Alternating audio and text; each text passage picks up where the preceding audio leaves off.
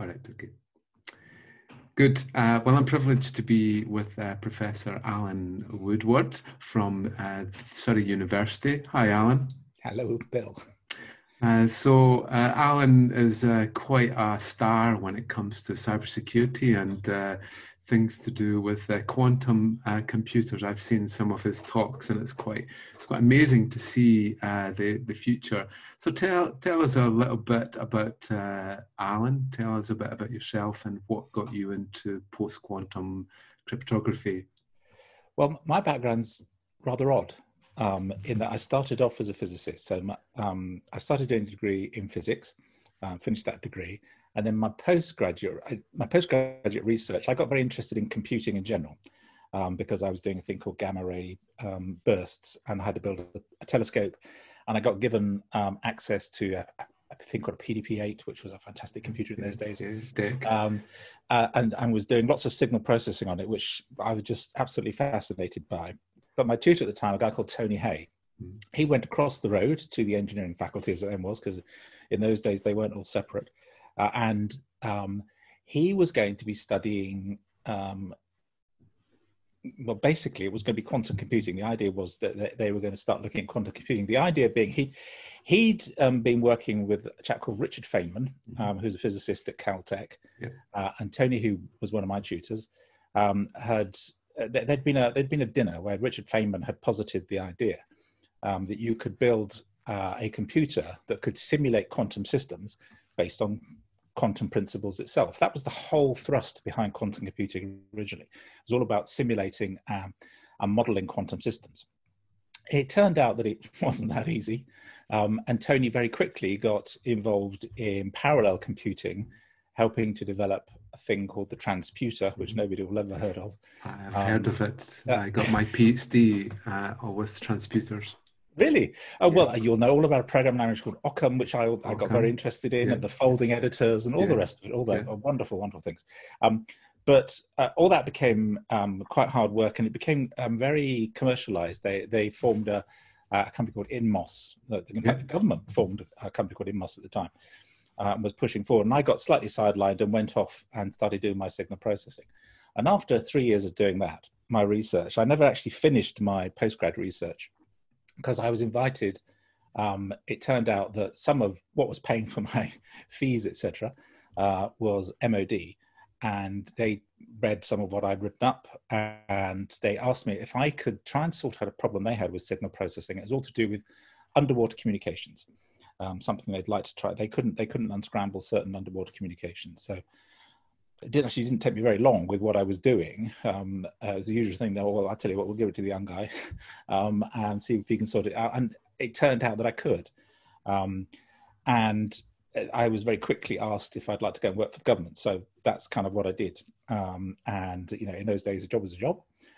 So off I went without really finishing off my research properly. Ended up working for the government for quite a long time in various parts of what were the defence and the intelligence establishment, and all the people you can imagine that were interested in signal processing. In particular, I was looking at image processing for overhead imagery, and because bear in mind in those days as well, a lot of the imagery was taken using wet film. Still, fast aircraft, for example, there was no such thing as drones. We were just getting to the point where electro-optics were being used. And so images were being digitized, and what you could do actually in terms of, for the analysts, in terms of then doing the digital processing and bringing things out that they had never imagined were there.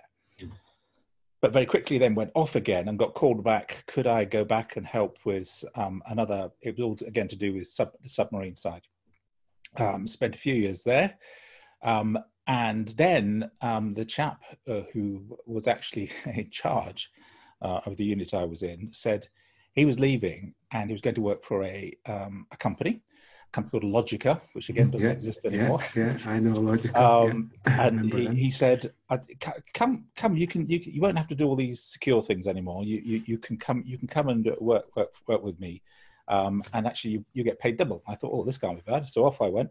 And the very first job I had was being sent back down to Cheltenham to build what was one of their biggest systems they'd ever built. So it never quite got away from all of that. And in those days, you and I now call it cybersecurity. Everybody thinks it was cybersecurity. But when I first was in it, it started off as signal processing, and it turned out I had a bit of an aptitude to break into things. But a lot of what we were analyzing in terms of the signals, it was very quickly clear. For example, some of the submarine communications I was given, you could intercept them, but they were encrypted. So again, people said, well, what do you think? Can we get into this? And it turned out they were using some fairly rudimentary encryption, and that got me very interested in encryption. Again, my maths was appalling. So it took me a long time to sort of get into this and really try and understand it. And I ended up having to brief people, sort of quite senior people high up the chain, who had a very short attention span, who had a very limited knowledge of science and technology, in ways that I couldn't use any maths, I couldn't use really any techno babble at all. And so kind of found that I really rather enjoyed that, because it gave me a sense of fulfillment that they would go away appearing at least to understand what I told them. And more of that continued when I was in the commercial world as well, working for Logica. And after, oh gosh, must have been nearly 10 years at Logica, again, building all sorts of bigger and bigger systems, but again, very much on the security side. Some of us left and formed our own company. It was a company called Charteris, which we did for 17 years. But partway through that, I got to know, again, we were working back for the government and the various government departments, a lot of it on what then became not InfoSec, but cybersecurity, and advising on that. And we then got to the point where we were sort of ramping down a bit and thinking about selling the business. So the guys at University of Surrey said, would I like to come there and be a visiting professor? And I said, yes, please, because then I could actually carry on with doing some proper research, which is what I did. And then probably about 5 years after I'd started there, we sold the business, and I've carried on sort of consulting and advising, public organizations, private organizations, as well as doing the research I do down at Surrey as well.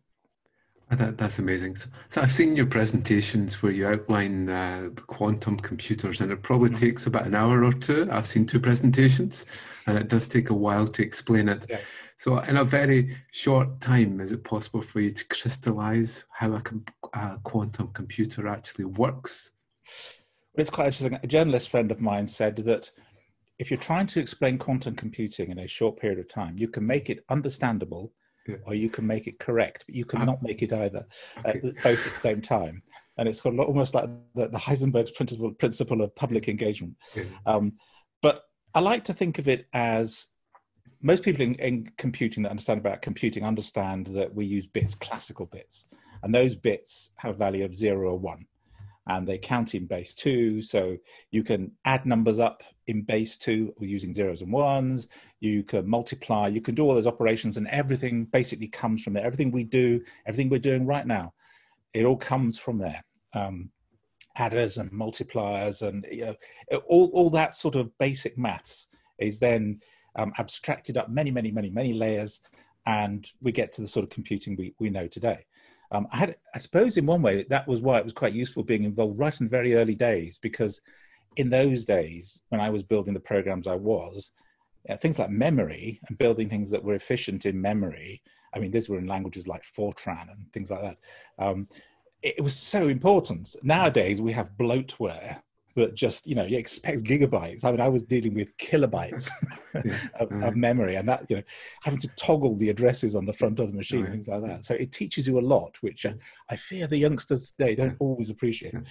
But it was very useful in understanding those sort of fundamentals to take me forward, in that when quantum computing first came about, rather than the ones and zeros, what they were saying was, well, we could have something that's called a qubit. And instead of being 1 or 0, it's some very complicated combination of 1 and 0 at the same time. Some people say it's both 1 and 0 at the same time, but that's actually not quite right. It's a complex number. It's a very strange state. But if you try and measure it, it will drop out. It's in that strange state called superposition, where it's in this complex combination of 0 and 1. Think of it like a a coin being tossed. Whereas when you measure it on the back of your hand, it could be 0 or 1 under there. When it's in the air, it's never quite 0. It's never quite heads or tails, the 0 or 1. It's sort of some complex, at any one point in time, it's some complex combination of both. But when you measure it, it always drops out of that superposition and adopts one number. And it turns out that you can actually make use of that phenomenon. And that, again, because if you think about it as a form of parallelism, going back to parallel computing again, it's a way of having many, many, many numbers exist at the same time. And you do the same calculation on that raft of numbers at the same time. That's a way of thinking about it, but again, not totally correct. But when you measure it, when you come to get the answer, you just get one answer out. The trick is, and this is the bit that's so complicated about quantum computers, the trick is defining the algorithm, designing the algorithm in such a way that when you measure it, the answer you get out is the correct answer. Because of course there's a whole raft of answers that, because of the way things drop out of superposition, that coin in the air, it could be 0 or 1. If it's a perfect coin, it's random as to whether it's 0 or 1, heads or tails. But of course, in the computing, we're used to thinking of things as deterministic. It's always either 0 or 1. So designing the algorithm such that when the things drop back into the real world, the world we experience of ones or zeros, it's very complicated. And one of the first algorithms that I ever came across was a thing called Shor's algorithm. And that was, I don't know how he ever came up with this, Peter Shaw, but he must have a mind like a steel trap, because he worked out basically that there's a thing called the Fourier transform, the fast Fourier transform. Again, these are all things that, as I was going through my signal processing days, and with people like my old tutor Tony Hay as he was getting into parallel computing, they're all things I was sort of familiar with, well, I worked with. And what Peter Shaw said was, you can define a thing called the quantum Fourier transform. So you work out, basically a Fourier transform is you take something that has a frequency and you work out what is that frequency. If you've got just a single wave, a Fourier transform is a single spike, but nothing's ever that simple. But he was saying, well, you can actually do that for multiple frequencies at the same time, and get a lot of answers all at once. It turns out that actually solving some of the problems behind our public key encryption is down to factoring numbers. It's down to working out what, for example, what two large prime numbers have been multiplied together to make another very large number. And that, the solution to that is centuries old.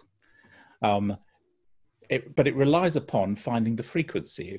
It relies upon finding the periodicity in part of the algorithm, which, if you've got almost limitless numbers there, very, very large numbers, it would take you forever doing it using the sort of fast Fourier transform I was used to using on conventional computers. But what Peter showed was that if you used a quantum computer and did a quantum Fourier transform, this periodicity could be worked out very, very quickly. And that element of his algorithm is actually the only bit that's quantum, but it allows you to do this factorization very, very quickly. And consequently, some of the public key encryption we've got, it basically flips back to being a quite simple problem. And that's a bit of a problem for us, because we rely on the fact that no cryptography other than the perfect one-time pad is uncrackable. It's just a matter of time. But we rely on the fact that with the public key encryption systems we had developed originally, RSA, for example, were the first one, it takes so long to do that factorization using conventional computers that the secret's no longer of any value when you finally get there in 100,000 years, 1,000,000 years, or whatever it's going to be. Because you can compress that whole frequency analysis, that period finding in Euclid's algorithm, as it's called, it turns out you can do that in a matter of seconds. So clearly there was a problem. It also turned out the problem was bigger than that, because everybody sort of moved on to elliptic curve encryption in public key. cryptography, because I thought, well, it had all sorts of advantages, not least of which it was more efficient. The sizes of things were smaller. For computation, it was a lot better, as we were trying to do things on smaller and smaller devices, whilst actually trying to stay as secure, have the same sort of level of security. But it turned out that Shor's algorithm could actually be generalized. And in fact, you and I wrote a paper about it, about how a thing called, it turns out that what Shor's algorithm, when you generalize it to what's called the phase estimation algorithm, another type of period finding, they can be used to solve what's called the hidden subset problem. Mm. And that includes the way that elliptic curve cryptography works. Mm-hmm. So again, a small problem. It turned out that all of the public key encryption we have in place as we speak. It could, if you were ever to get a quantum computer, and I'll come back to that point in a moment, it could be kind of relatively simple to crack. So consequently, a whole industry developed around what can we get that's going to be quantum proof?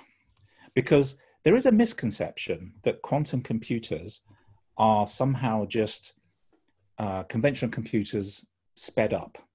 That the quantum advantage, they're basically just faster and faster versions of the computers and hence the problem we've got with heading towards Moore's law and the brick wall we're all heading towards, would be solved because we just jumped to quantum computers. But that's not actually true. It will only solve certain types of problems. And in fact, there's only about 4 types of problems that it will solve in this very rapid way. There's a thing called the quantum zoo, which is run by NIST in the States. And if you look at them, the algorithms, lots of algorithms, but they all boil down to basically very fast Fourier transforms, finding the frequency of things, quantum simulation, as we were trying to do originally. But one of them is also to do with search, fast searches. But it turns out that the speed up you get when you're doing the fast search, a thing called Grover's algorithm, is not as fast as Shor's algorithm. So you could, for example, imagine in symmetric encryption, you could brute force something if you can search fast enough. Google, not surprisingly, have become interested in this and for their own search algorithms. And they've showed something of the order of 100 million times speed up in some of the search algorithms they've run. But it's not quite that easy to just search a key space and suddenly find the answer you're looking for, because it comes back to the fact that when you measure the answer, you don't always know that it's the right answer. How do you know that that is the real key? Now, as with public key encryption, the way you know is you test it. So you get an answer, you test it. If it's the right answer, great. If not, you go back and you get another answer. But with things like Grover's algorithm, that can take an appreciable amount of time. And you only need to do something like double the key length, and actually you're back to where you started from. So you're just as safe as you always were.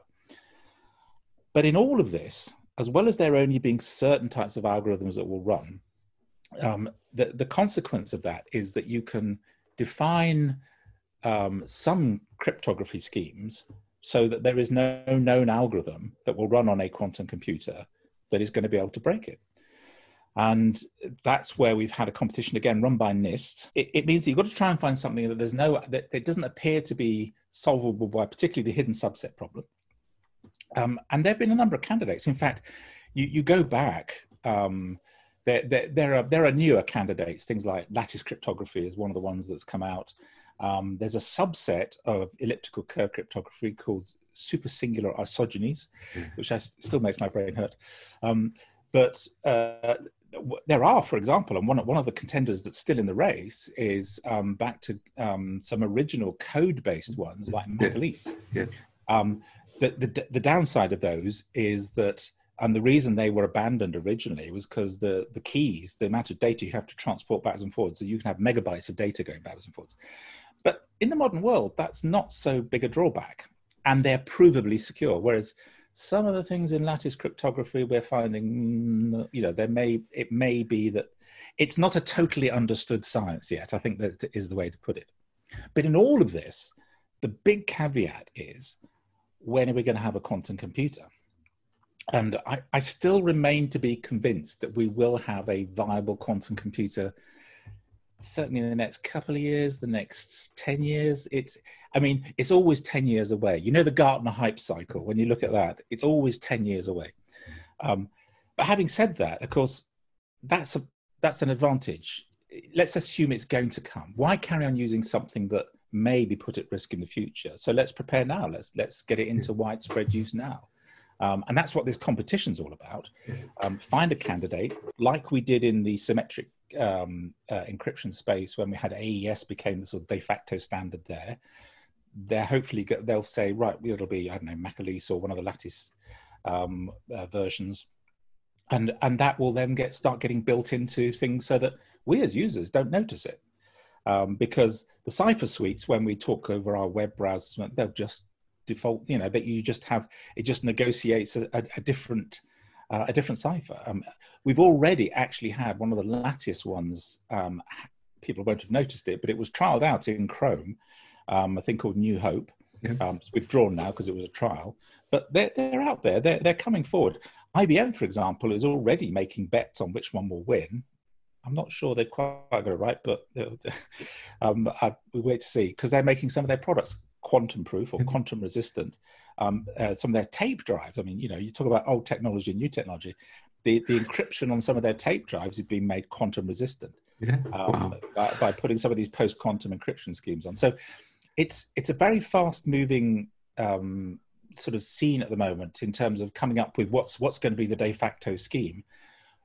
But I think in practice, we have some time before it's going to become a real problem. And just a slight offshoot of that as well. I remember doing one of the other talks up when I was with you up at Napier. And one of the ways people thought of solving this was because quantum mechanics was thought about as being, well, quantum mechanics is, it could be a problem for us with the sorts of encryption schemes we've got. But could quantum mechanics and quantum principles also be one of the saviors? And public key encryption is all about key distribution.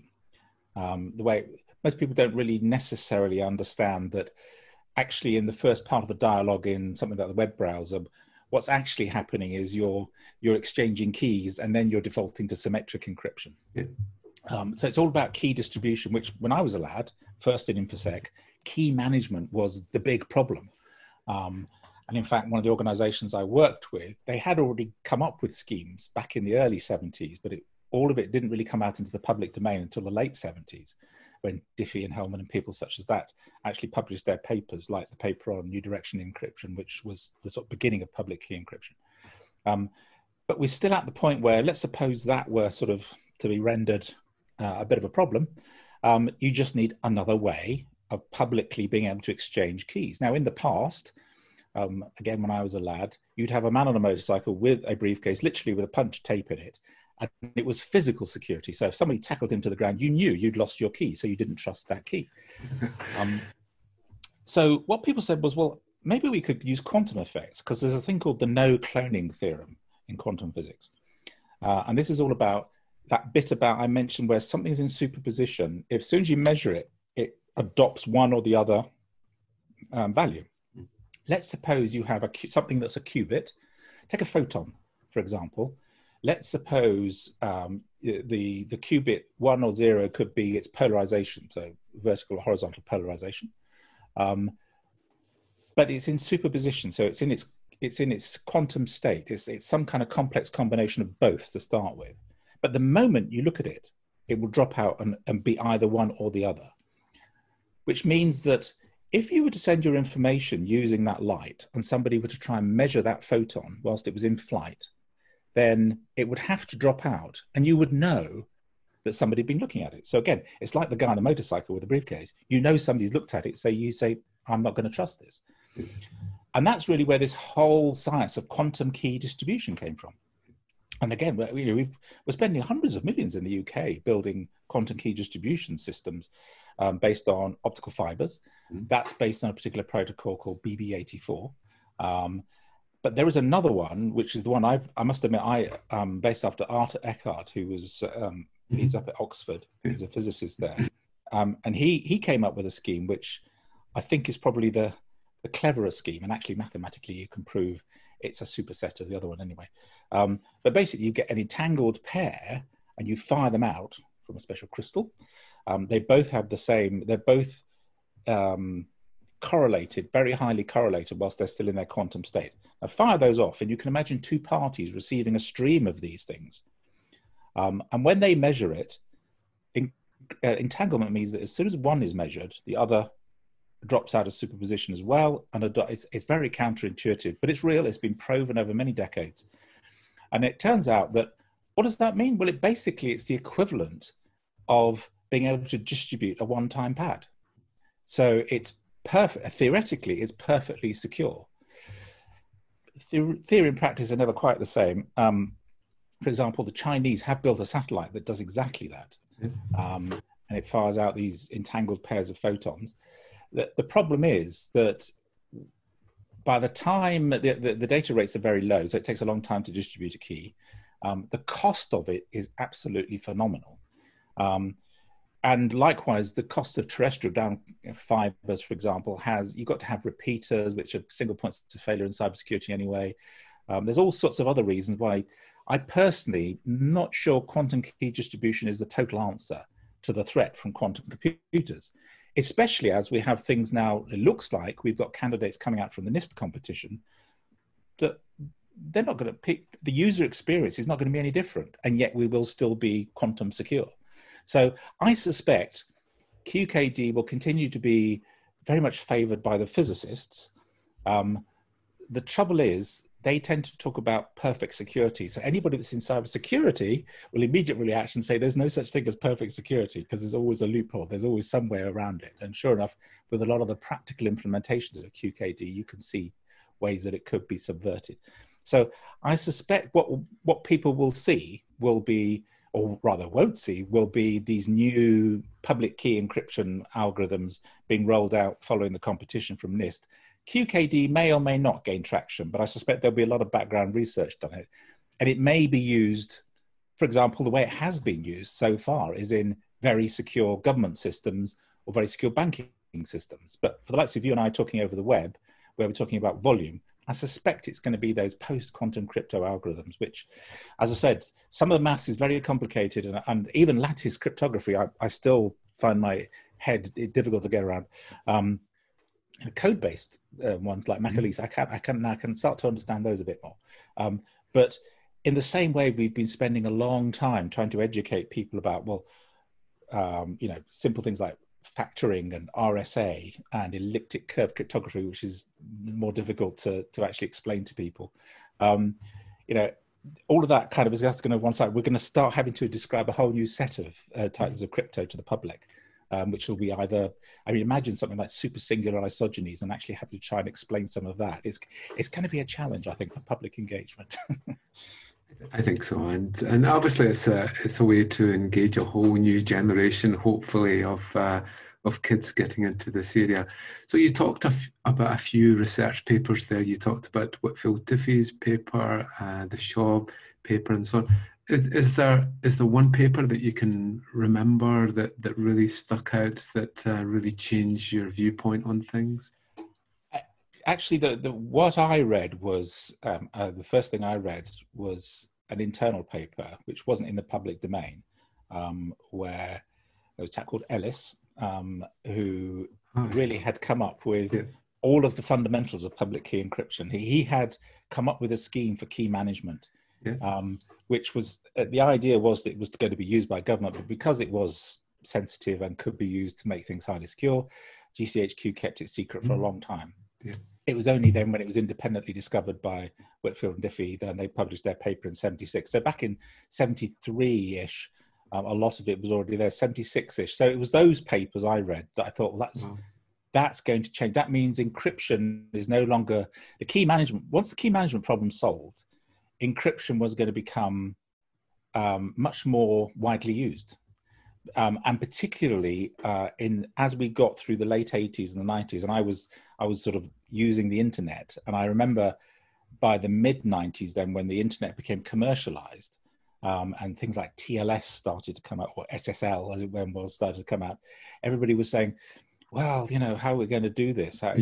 Is everybody going to be able to use encryption? And I said, yes. And we'd all built the real revelation for all of us, to be honest, actually was getting our first IBM PC, some of which we put transputer boards in. But we were doing things like DES encryption on the desktop, and anybody could do it. So you could encrypt floppies and things like that, which previously was kind of quite unheard of. You just didn't do that sort of thing with electronic data. You had to physically protect it. And so encryption became much more common for everything. The only problem was that what we all very quickly realized was, I mentioned DES, the data encryption standard, which was a government standard. I mean, US, UK government used it as a standard encryption algorithm for a long time.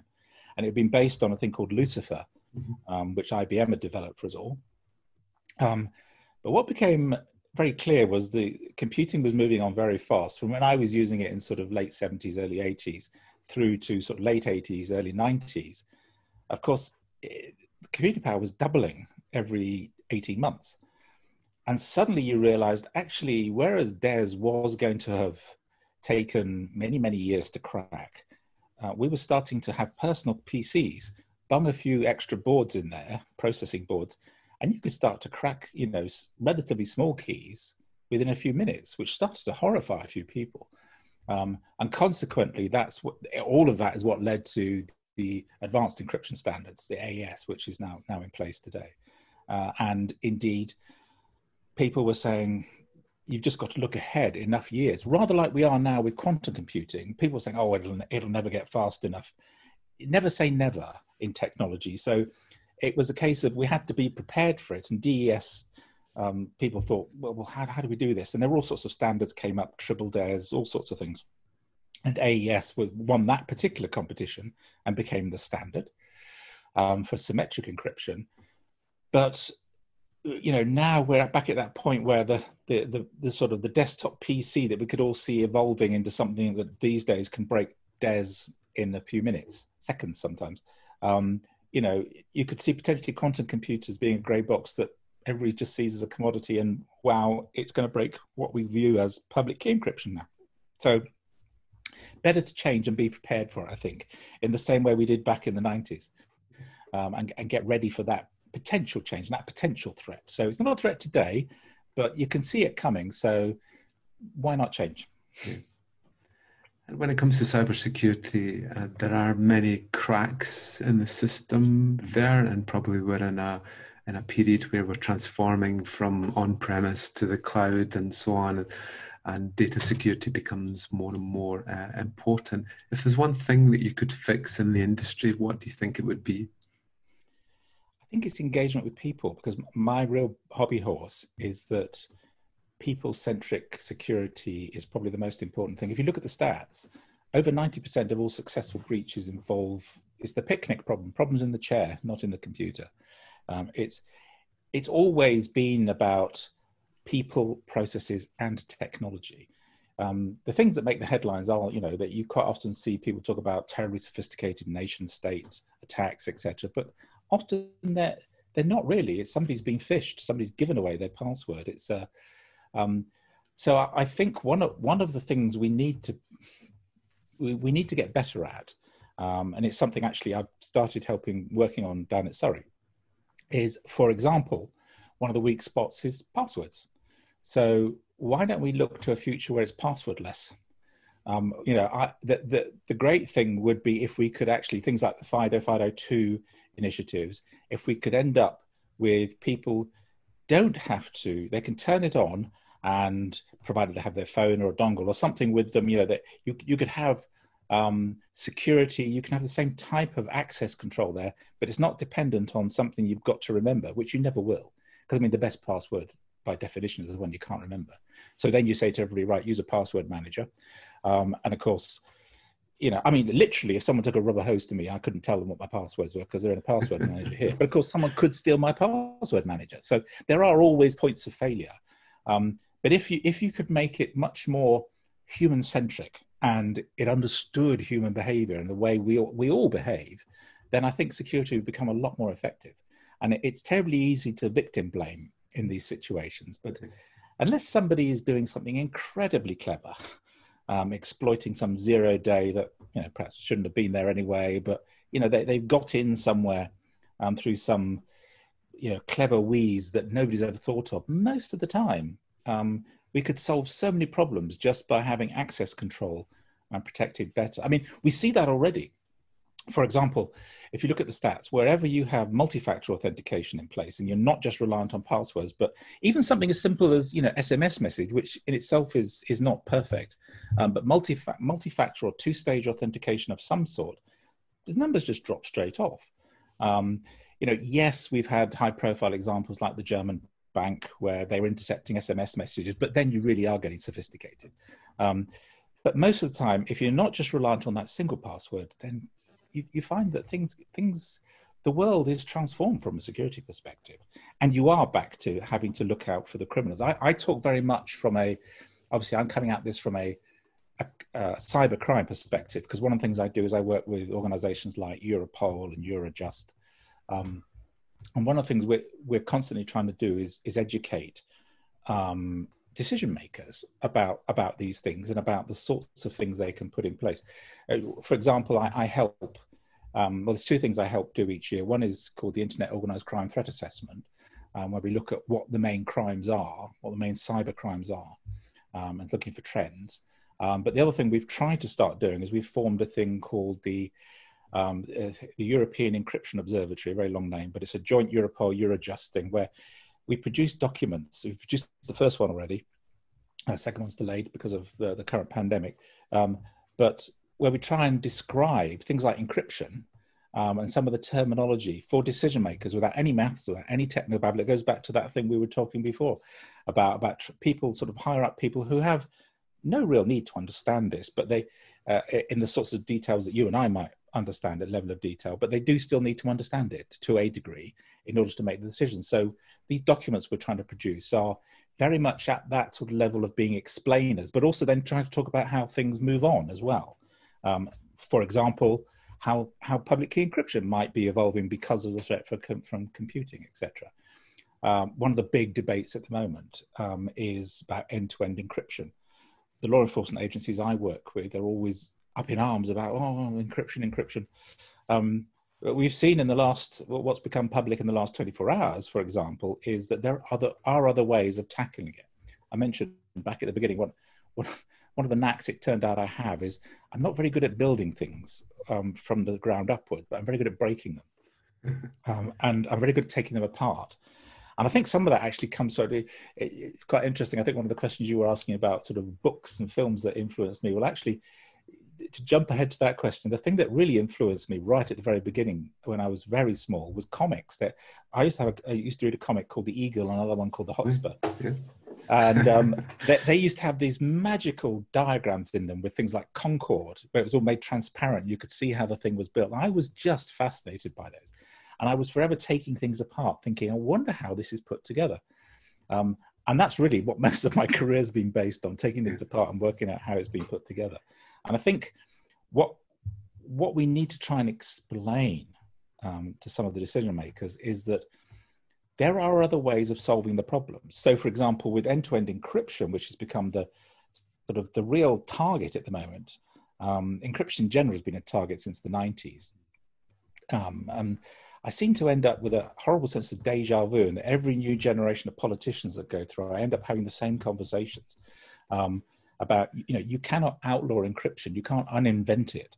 And they're saying, oh, but, it's absolutely outrageous, that people have a way of criminals have a way of hiding from us in these encrypted spaces. But then in the last 24 hours, we saw this other way, there is sometimes a third way. And in fact, when I was talking to various politicians as they were drafting the Investigatory Powers Act, which is the new regulations in the UK, the point I was making to them was, you will never, ever, if you ban encryption, it will be meaningless. Because you outlaw encryption, who's going to use it? The outlaws.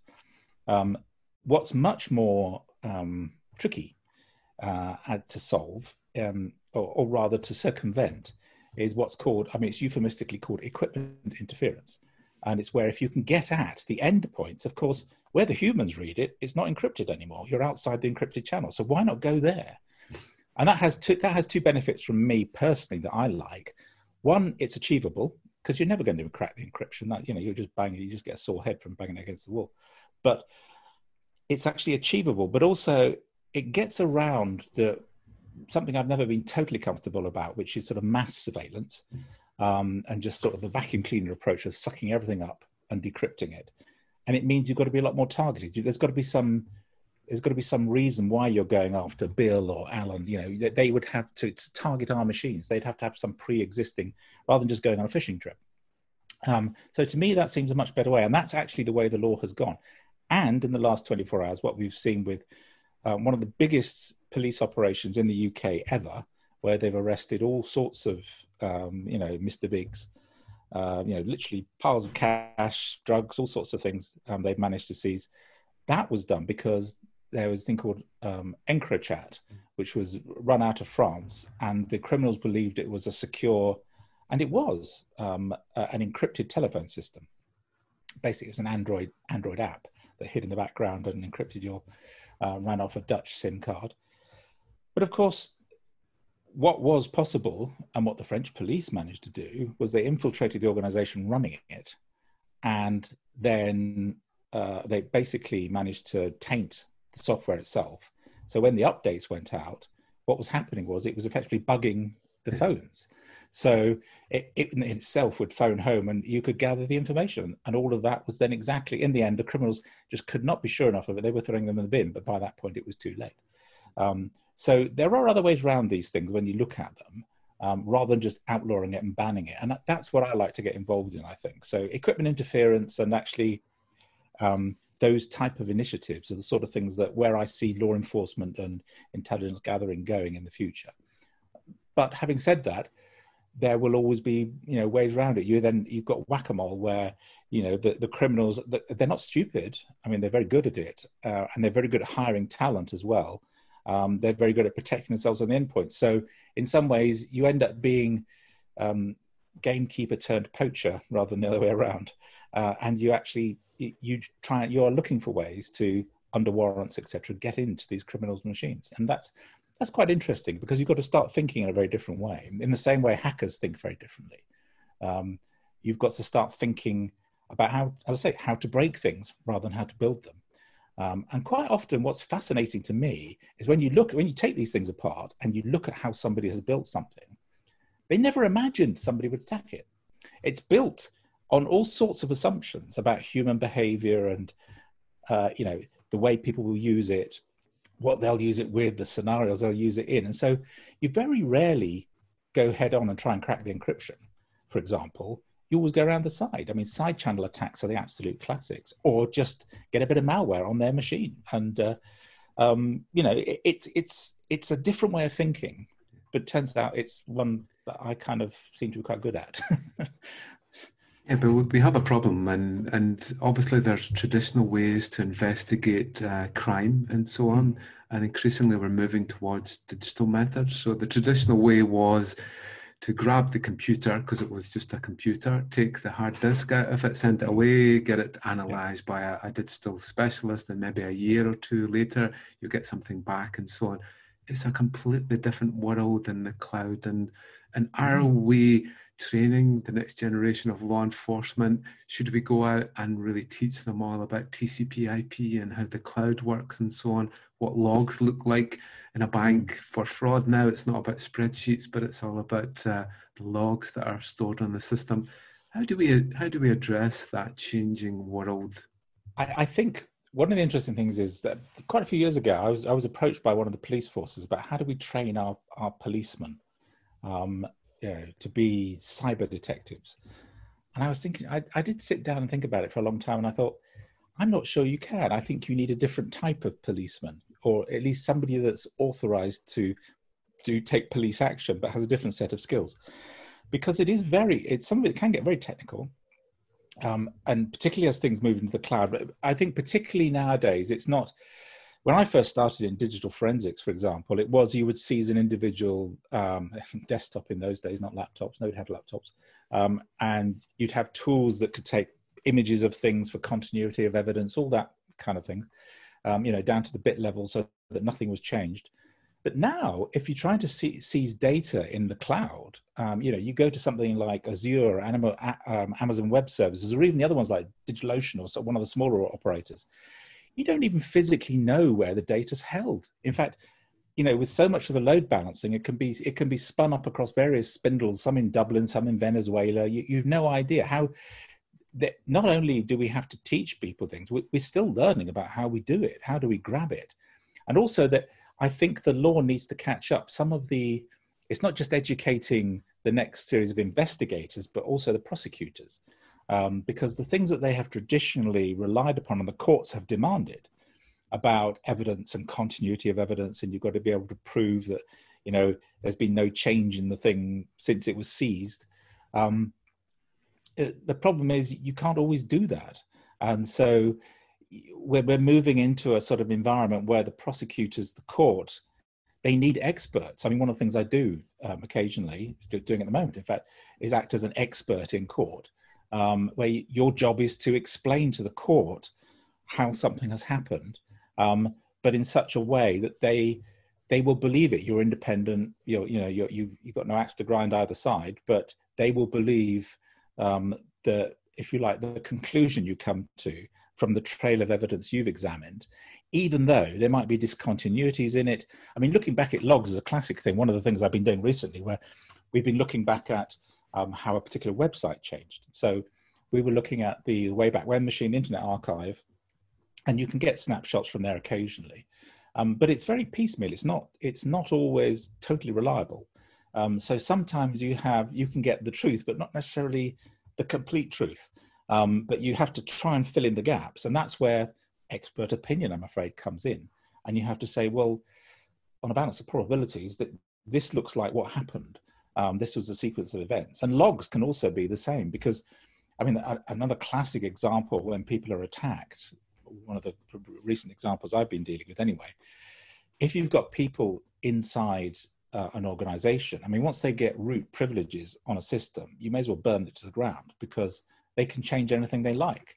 And again, I had to demonstrate that you could change date timestamps, owners, privileges, anything you want, retrospectively on files. And that hence you could not say, as the defense was trying to say, oh, but that date timestamp is not appropriate, but you can't say that. I said, no, you just can't rely upon that. That's meaningless, because if I were in there and I had the appropriate, I could have changed it all.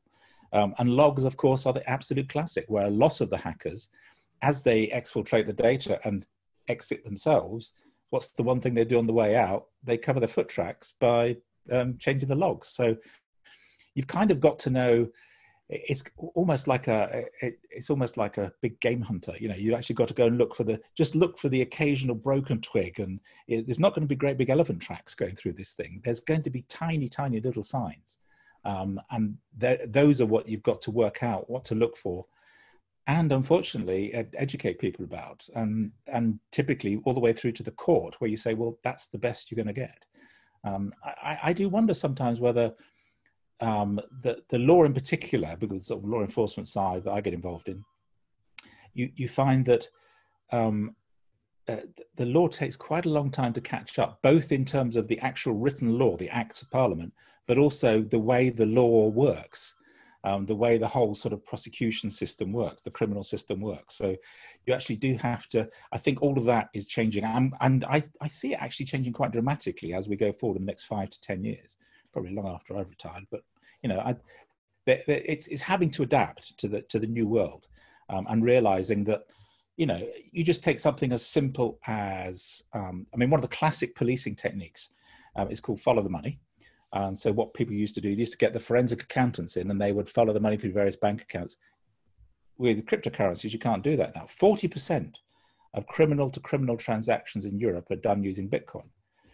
But it doesn't mean you can't follow the money. You just have to do it a different way. And you go, in fact, there are whole tool sets that have now been built called like Chainalyzer and things like that. You start doing segmentation analysis. You can get ancillary intelligence that then pins one address to somebody, and you see that address is associated with another address, and you can build a picture. You can start build a big picture. These link analysis can start to come into play. But of course, that's not as intuitive to understand to a judge or a jury as, say, somebody coming in and saying, well, I went to this bank account and it was clear he transferred it from there to there to there, and then they cashed it all out in an ATM in Bangalore or wherever it happened to be. So now that there is much more a case of that explaining to the courts, judges and juries, in ways that they will understand. Without, I don't mean to sort of denigrate their abilities, their technical, but there's no reason they shouldn't. They should necessarily understand it. But everything's abstracted just that little bit more now in the technological world, that you have to be able to de-abstract it, if that's a proper word, for people, and actually put it in terms that they will understand. Yeah, it's a bit strange because it looks like cyber criminals have found the perfect weapon, as in ransomware. And I suppose it's trying to understand that it isn't just one thing anymore. There is a tool to be able to case the joint. There's another one to intrude into it. And then there's another one to hit the company over the head. So it's a very complex area. And you're obviously brought into media organizations to explain this, the complexities behind this. But do you think as an industry, we're actually any good at actually articulating what it is that we actually do? It's a bit like the curate's egg. It's good in parts. We have a situation, I think, where technologists in general are not the best. I mean, engineers, technologists in particular, we're not that user-friendly. We descend to techno-babble, and there's a kind of a little bit of sort of elitism or snobbery about it very quickly. Oh, what you mean you don't understand that? Because and you've got to try and remember the objective is not to prove how clever you are, but it's to get the other person to understand. It's a bit like teaching. I mean, actually the joy is when people leave a room and they've understood, you've actually transferred your knowledge, not just proven how clever you are. And I think we're not that great at it. It doesn't mean that you can automate it or sort of, turn it into a factory. That's not what anybody's saying. It's still skills. And some of it is a mindset, which, many people will not have. But it's a bit like any area of research. And unless you can really explain it to people, I'm not sure you've necessarily understood it that well yourself. I mean, explaining in everyday terms. I go back to, we were talking about Richard Feynman. I mean, he had somebody was asking him once about, do you think you could explain to me or us, a relatively lay audience, about why this is all to do with Dirac-Pauli statistics, why the spin of an electron is always it's always in halves? And he thought, I'll tell you what, I'll go away and I'll try and think of a first-year lecture that I could do where I could explain that. And he thought about it and he came back and he said to them, I can't do it. I literally cannot explain that to you without, and he said, but that means we don't understand it properly. And that actually for him spun off a whole area of research where, to try and understand it better. Now, it's not to say that everything can be said in terms of, people don't win Nobel Prizes for things that everybody can understand. But at the same time, people have to understand the impact of various things. At universities, one of the things that we're always being hit around the head with these days is what's the impact of the research?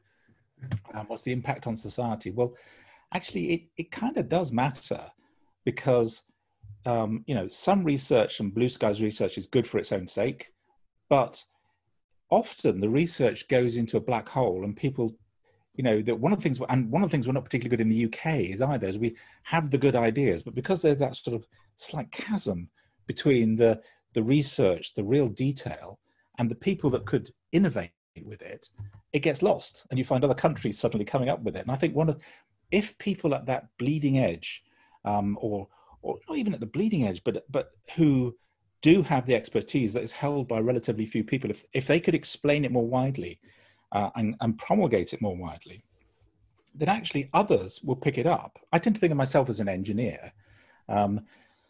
And with that background, you don't really invent anything fundamental. What you do is you take things that other people have done and you put them together and innovate that way. And I think it could make us as a society a lot more innovative if we could only communicate some of those very clever front-end ideas such that people say, well, hold on a minute, if I took that and that and that and put them together, I could do this. Which, we're solving a problem that people have known has been there, but actually the people doing the research are not necessarily thinking about the problem, but someone over here might be. So it's that cross-fertilization and cross-communication. I think it's where universities, I think, are particularly good when you get multidisciplinary teams coming together, because people will start to think about things in ways they never thought about them before. Cybersecurity is a classic one where we've now got, it's not just, we've got people that specialize in sociology and cybercrime, in psychology, in the technology, all coming together. And actually you do start to think about things in a very different way, because people say, well, explain that to me. What does that mean for me as a user at the keyboard or whatever? And it brings out aspects that you've never really thought about. I've had it very recently, actually, with something that's being done on e-voting, and the fact that people are saying, well, what's the point in e-voting? And you say, oh, well, it means that people that would otherwise be disenfranchised, all the classic arguments. And they said, well, yeah, but, if people really wanted to vote, they'd get out and they'd tick the box. And I trust a bit of paper. I'm not sure I trust a computer. And then you suddenly realize, in talking to people, actually the key to it, and the one thing that electronic voting can do that even a bit of paper can't do, is, yes, it can be a secret ballot, but you can make it verifiable. There are protocols out there that mean that you can check all the way through the process that your vote has not been changed and it's been tallied and counted as you originally cast it. And that's a heck of a thing. It means that you can totally trust the system by design. You don't have to trust the people running the system. You don't have to trust any kind of electronic mechanism. You can see that your vote has maintained its integrity all the way through the system to the point it was counted. And suddenly when you say that to people, they suddenly think, oh, that makes it worth it then. But that's something for me, I'd never really thought about it that way. Because you think, oh, why would you not trust this? Why would you not trust it because it's encrypted? Well, actually, no. What the real key is the verifiability. So it's kind of the trust but verify part of it. Yeah. You've maybe given a hint to this earlier on, but if you were to find a topic or a subject that you could add in at school, college, university, what topic would that be to improve cybersecurity education?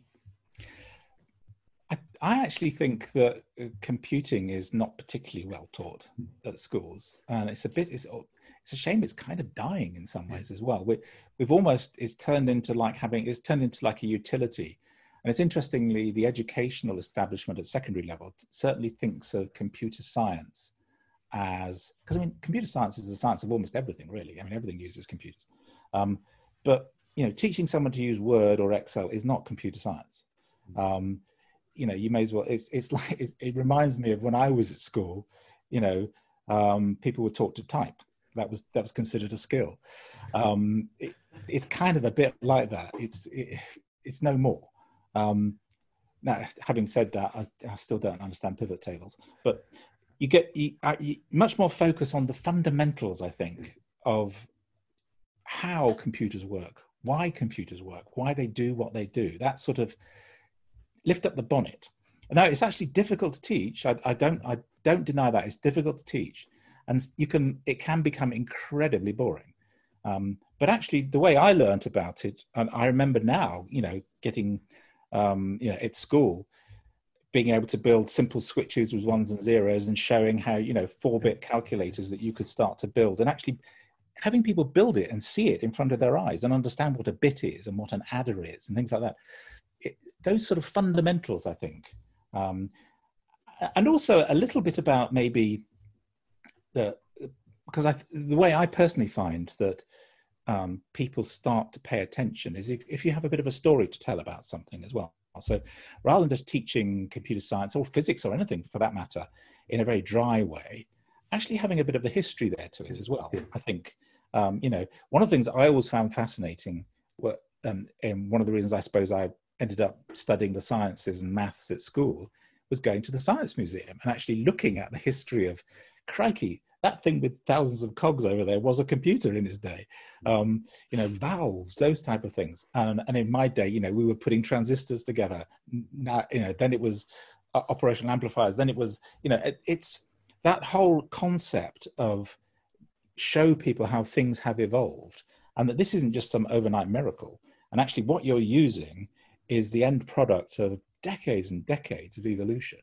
And it's worth your while just understanding what memory is a really good one. I quite like when I do talk to kids about it, I quite like showing them old-fashioned core memory and the sort of thing that, you know, we sent people to the moon using with little magnets that flipped around as a 1 and a 0 in core memory, and all the way through to how you know, when I was doing my first bits of work for the government, we had 40 megabyte disks that were this big and went in, I think a machine called a VAX, and the man would come every week and look at the tolerances because the heads would skim just a hair's breadth above it, and you couldn't afford the thing to crash.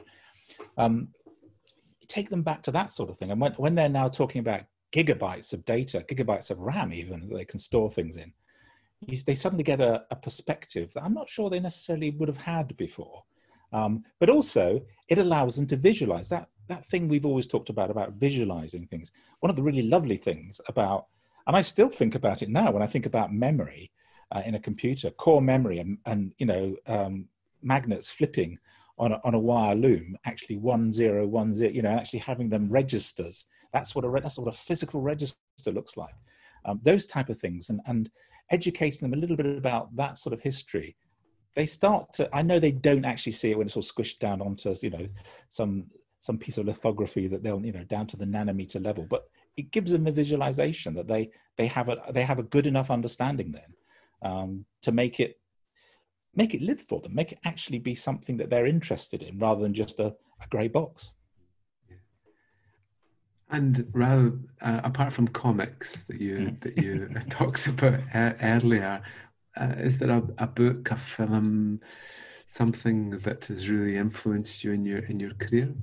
Actually, one of the things that I found most fascinating was it was a TV series, and there was a chap, I'm not sure if anybody remember him now, called R.V. Jones, and he did a series called The Secret War. Which was all about, and it's what I then went into basically afterwards, which is scientific and technical intelligence. And it was all about how during the Second World War, so much of it, I mean, people know the story of Enigma and the encryption, and they know less about some of the other bits and pieces and how people reverse engineered things like Knickerbein and you know, the navigation systems that were people using, and how they then developed. There was a very interesting guy called Maskelyne, who was a magician, who actually did a whole series of spoofs. And indeed, D-Day itself, one of the reasons D-Day was because of a thing called FUSAG, the first US Army group, which didn't exist. All these sort of double crosses that were done by understanding how the other side communicated and worked, and how their technology worked, and how to look for the weak spots, including how to fool it. And I found that really quite fascinating, because that was all dependent upon just bits and pieces that were snippets they were picking up from here and there and putting the whole picture together. But also and again, I suppose it was from visiting rather than anything else, up at Bletchley Park. One of the people I always admired and was never talked about, actually until very recently. He's got more press recently. It was a guy called Tommy Flowers. Mm-hmm. Yeah. And he was, to me, I mean, everybody remembers Alan Turing because of, I guess, his life and the way he died. But actually, breaking Enigma was not the big success. The big success was from a guy called Bill Tutt. Again, was a junior mathematician who broke a thing called the Rent cipher. But the real breakthrough was Tommy Flowers, who was sent away with a flea in his ear because they were saying, "Oh, this will never work." But he built it anyway with his own money. He built Colossus. And you see this thing nowadays. The most extraordinary thing about the whole story is about Tommy Flowers. He had to spend so much of his own money. He spent £1,000 of his own money to build this thing, which in the Second World War, imagine, you know, remortgaging your house, everything.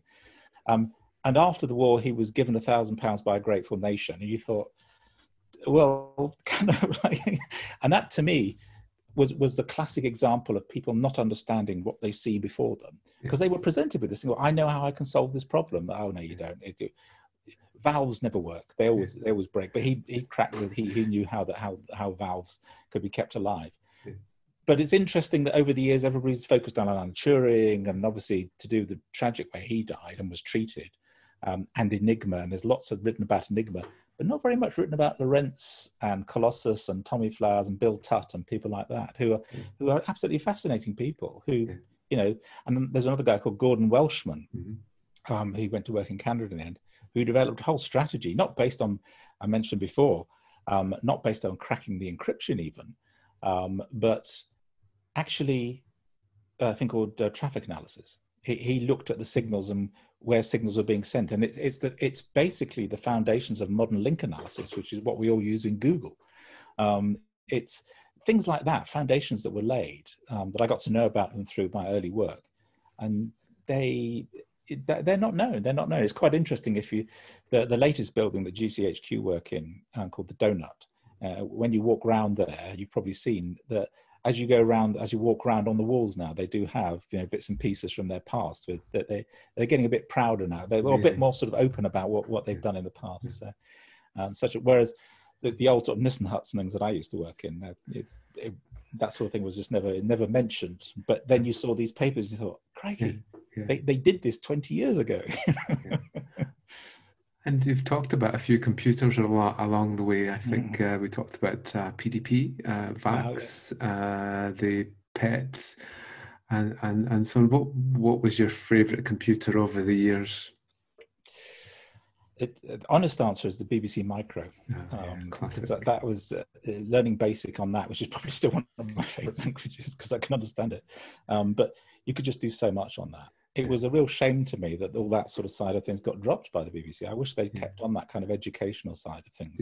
They tried to revitalise it with their thing called the micro bit, but it never quite took off in the same way. But the BBC B, the thing built by Acorn, was I thought it was fantastic. Obviously, fairly quickly, what happened was that in sort of the 80s, one of the things that we all started working with were PCs. And to show you how funny this is in terms of how the way everything is structured, when I was working for the civil service, if you were working with computers, you got a special allowance called the data processing allowance, but you had to go and hand your things through this hatch to some high priestess who would take it away, and 3 days later you get the answer back. And then we got personal computers, and they were up in arms about this, because what people like me started doing in our little research labs is we were bunging cards in and we were lashing things up and making, you know, I remember having a thing called an FPS array processor lashed up to one of these things. And they would say, you can't do that. You know, it's got to be done by the data processing people. And I said, well, can you do it for me? They had no idea. So again, it was the sort of the actual structure of the organization was stifling innovation. And it's only by people just ignoring the rules that, you know, that things actually happened. And that's kind of been my experience all along, that there is an element of you've kind of got to ignore the rules sometimes and don't just accept the status quo. And that way you can innovate, you can actually get some things done. Admittedly, a lot of what I've done, in fact, the vast majority of what I've done is not in the public domain for obvious reasons. But you do get things that, I mean, you kind of can make yourself unpopular sometimes, and you know, and your boss can sometimes be very unhappy. But at the end of the day, you've got to keep focused on the objective, and it is quite interesting how those things pop out. And then, you know, 30 years later, you suddenly see it out in the wide world, and it's actually sort of emerged, it's been declassified, whatever, and it's suddenly working out in the world. So it's something quite pleasing about that, I think. And so what's the next big thing for Alan to work on? Big thing. Well, something I've been interested all along is, and again, right from the very early days, came from the submarine communication side, actually. It's a thing called steganography, which some people say is a subset of encryption. I tend to think of it slightly different. I'm part of a group called CUing, Criminal Use of Hidden Information, because there's a lot of talk about encryption and the problems that law enforcement agencies have with encryption. But actually, the bigger problem, in my opinion, is steganography, because you don't know it's there. One of the big things when you do interception in signals intelligence, you're intercepting criminals stuff. You used to be able to see 3 types of information: plain text, obvious what it is, you can read it. Cryptography was gobbledygook, and you knew in the good old days, you knew that if something was going over the phone lines, it was gobbledygook, it was encrypted, it was worth looking at, because you didn't encrypt something unless it was a secret. But now, of course, everything's kind of encrypted because we all deal with people we don't know through websites, etc. So it's not a good marker. But then there's steganography, and that's hidden, and you don't know it's there. So we, even to this day, we still don't know what size of problem it is. I mean, there are tools out there which are incredibly good, that still cannot be detected. You can pass information hidden in, you pass an email to somebody with a picture of the dog, and it's got all sorts of things hidden in there. We've had information passed via eBay, where you've got things in the public domain, social media. I worked on a form of steganography, which was actually, we patented it in the end. It was paid for by the government. DSTL, Defense Laboratories, wanted to see what the viability of it was. Didn't pursue it any further, so we patented it, which was all about simply by having certain key accounts and taking certain actions at certain times, like likes, or retweets or whatever on that kind of media, you could start to pass messages. You are, those ones and zeros can come in all sorts of forms, and you can hide them very, very successfully. And cuing.org, which is a site I'd say go and have a look at it. You'll see I'm one of the steering group that, and we're again set up with Europol originally, but 62 countries I think now are involved, with all sorts of universities and law enforcement agencies who are suddenly realizing that actually this might be the next big problem. Encryption is one thing. We kind of know the problem with encryption, but as I mentioned earlier on, there is another way around that, which is this equipment interference, just bug the endpoints, and then encryption is no longer a problem. But with steganography, we don't actually even know if we've got a problem at the moment. I've got a horrible feeling we do, but I can't prove it to anybody. And so there's a feeling at the moment as, we'll just bury our head in the sand. You can't prove that it's there, so we'll just assume it's not. As I said, if you look at organizations like cuing.org, you'll see there's a lot of work going on. And we do see it being used, for example, we have actually caught it being used in, for example, malware. The way malware burrows in and hides inside other files as a very simple form of steganography.